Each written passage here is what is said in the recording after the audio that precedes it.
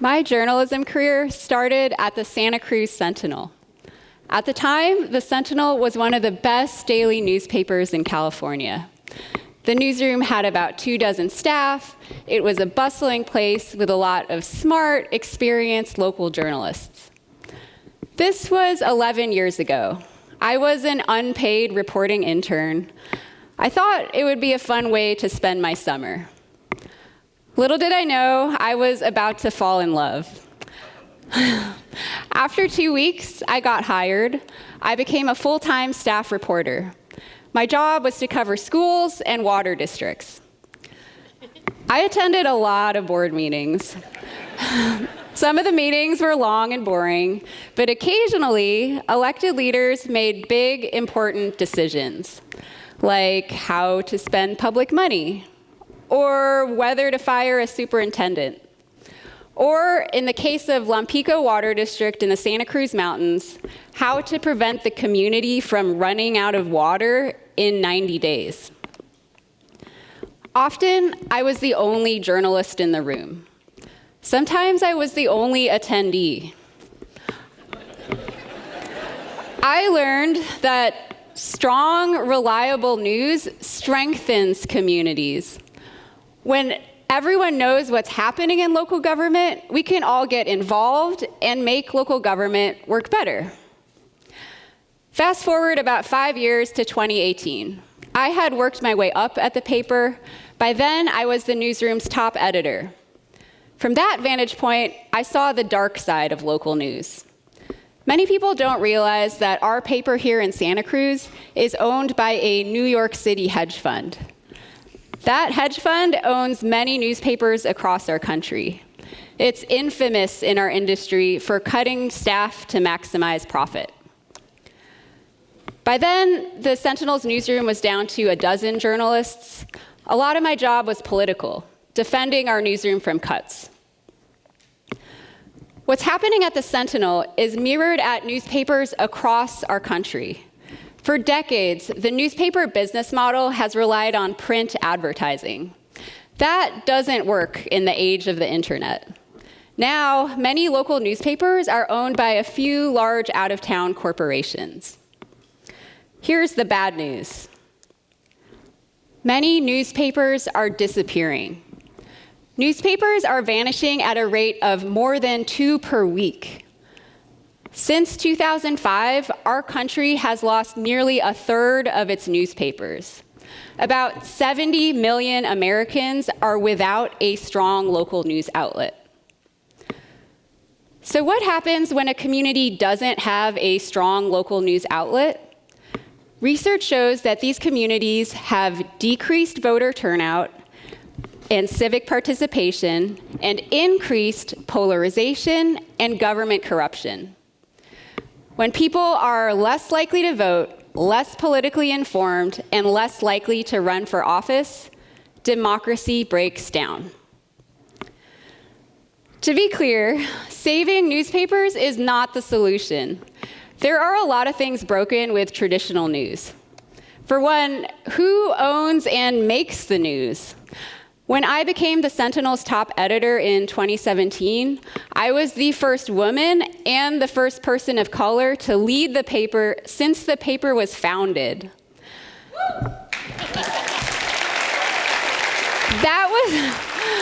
That's not a good thing. That was in 1856.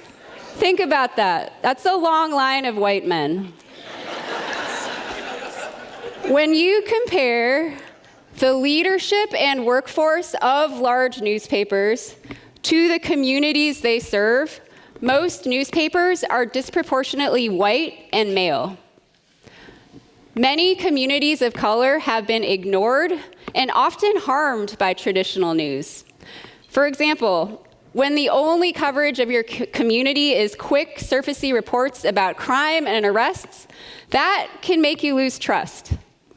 When the news lacks any participation from your community, it can make you feel like the news isn't for you. Often, the news isn't designed for communities of color.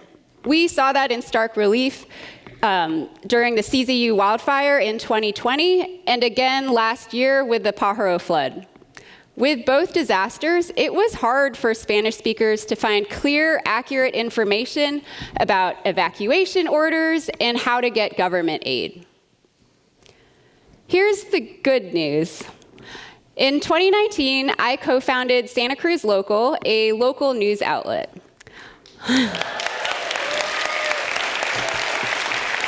All across the country, entrepreneurs like me are starting news outlets to serve their communities.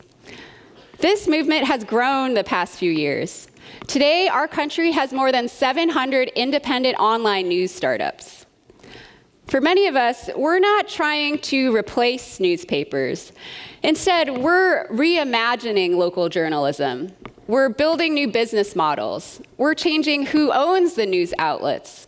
We're redefining who does the work and how. For news outlets like Santa Cruz Local, our goal is to preserve the most crucial roles of a newspaper, informing residents and holding power to account. Santa Cruz Local is known for its in-depth voter guides and deep reporting on local issues. Our business model relies heavily on donations from locals. To me, it's exciting that our donations-based business model is geared for our high-quality journalism. We're incentivized to write stories that are actually useful to you and improve our community. Traditional advertising-based models are all about maximizing clicks on a website. That can incentivize quick, viral stories that entertain or trigger emotion. That's not us. Santa Cruz Local gives residents the information they need to participate in local democracy. And that starts with listening to our communities. The remaking of our news industry starts with earning trust from the people we serve. In 2022, Santa Cruz Local staff interviewed 170 Spanish-speaking residents. Most lived in Watsonville. We asked everyone, what kind of news do you want, and how do you want it delivered? We heard a strong desire for local news in Spanish. We heard that people wanted a way to listen to the news, and that news should be free and super simple to access. The strongest message we heard, people wanted news that inspires community pride. Watsonville residents are tired of news about crime and violence. They want news that includes the wins, the beauty, and the strengths.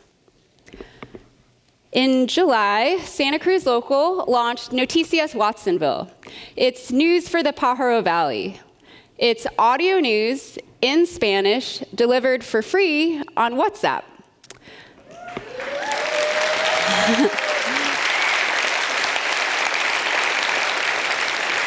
Noticias Watsonville centers the priorities we hear from Spanish-speaking Watsonville residents.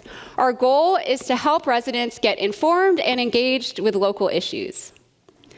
I can tell you that this kind of journalism that's focused on communities of color and delivered in new, responsive ways, it's a bright spot in today's media landscape. I serve on the board of the Tiny News Collective. It's a national nonprofit that supports founders historically excluded from media. We help founders build sustainable news organizations that reflect and serve their communities. We offer tools and entrepreneurship training. We launched in 2020. I am so inspired by the dozens of news entrepreneurs the Tiny News Collective has helped since then. People like Amethyst Davis. Amethyst is 27. 2 years ago, she launched the Harvey World Herald in Harvey, Illinois. It's the only news organization in Harvey since the 1990s. Amethyst didn't have journalism or business training, but she did have an understanding of Harvey. The Tiny News Collective connected her with training, back office support, and website publishing. Last spring, the Harvey World Herald produced nonpartisan local voting guides. It was the first coverage in decades of Harvey's municipal elections. What amazes me is the breadth of types of news startups. It's not just about government accountability. Several news organizations uplift arts and culture, a type of coverage that's often first to be cut from shrinking newspapers. For example, another tiny news entrepreneur, Nancy Flores, launched Austin Vita in Texas. Austin Vita's stories center and celebrate Latino communities. As Nancy writes, I didn't often see families like mine featured in mainstream news, except when something bad happened. Tiny News Collective members, many of whom are women of color, are finding new ways to serve their communities. We're part of a larger movement that's diversifying media ownership. As a result, many communities are finally seeing themselves in the news with more nuance and complexity. Here's the really great news. If you love your community, if you believe in the value of local news, if you care about democracy, and if you crave more nuanced coverage of your neighborhood, you can join our movement. Small, tenacious news startups are growing all over the country.